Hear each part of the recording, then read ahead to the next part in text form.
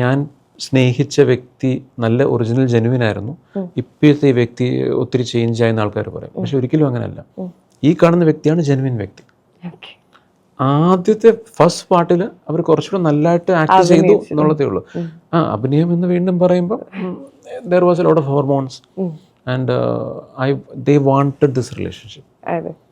So കുറച്ചുകൂടെ അവർ over എഫേർട്ടുകൾ ഇട്ടു ചെയ്തു എന്നുള്ളതാണ്. അപ്പം സെക്കൻഡ് പാർട്ടിലേക്ക് വരുമ്പോൾ മിക്കവാറും സെക്കൻഡ് പാർട്ട് എന്ന് വെച്ചാൽ ഒന്നില്ല റിലേഷൻഷിപ്പ് കുറച്ച് സീനിയർ ലെവലിലേക്ക് എത്തിയിട്ടുണ്ടാവും, അതല്ലെങ്കിൽ കല്യാണം കഴിഞ്ഞിട്ടുണ്ടാവാം.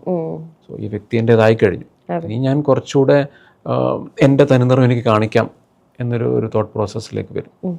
ഇവിടെയാണ് പാർട്ട്ണർക്ക് ചെറുതായിട്ടൊന്ന് ടോണ്ട് ആവാൻ തുടങ്ങുന്നത്. Something is wrong in the relationship, അല്ലെങ്കിൽ it is not shining as how it was before. ചിലർ അന്നേരം അവിടുന്ന് ചാടാൻ തുടങ്ങും. I'm done, I'm fed up of this relationship എന്ന് വിചാരിച്ച some people tend to jump into new relation. അല്ലാത്തവർ ഒരു ലെവലിൽ ഇങ്ങനെ അങ്ങ് പോകും, ഇതൊക്കെ ഉള്ളൂ റിലേഷൻ എന്ന് പറയുന്നത്. Now let me focus on something else. അപ്പോൾ ചിലർ കരിയറിലേക്ക് ഫോക്കസ് ചെയ്യും, ചിലർ ഫ്രണ്ട്സിനെ ഉണ്ടാക്കാൻ തുടങ്ങും. കുട്ടികളുള്ള കേസിൽ ചിലർ ഓവറായിട്ട് കുട്ടികളുടെ കാര്യത്തിലേക്ക് ഫോക്കസ് ചെയ്യാൻ തുടങ്ങും. ഇറ്റ് ഈസ് ഓൺലി ബിക്കോസ് ഇവർ ഓൾറെഡി ഫോക്കസ്ഡ് ആയിട്ടിരുന്ന relationship is now becoming too heavy on dum.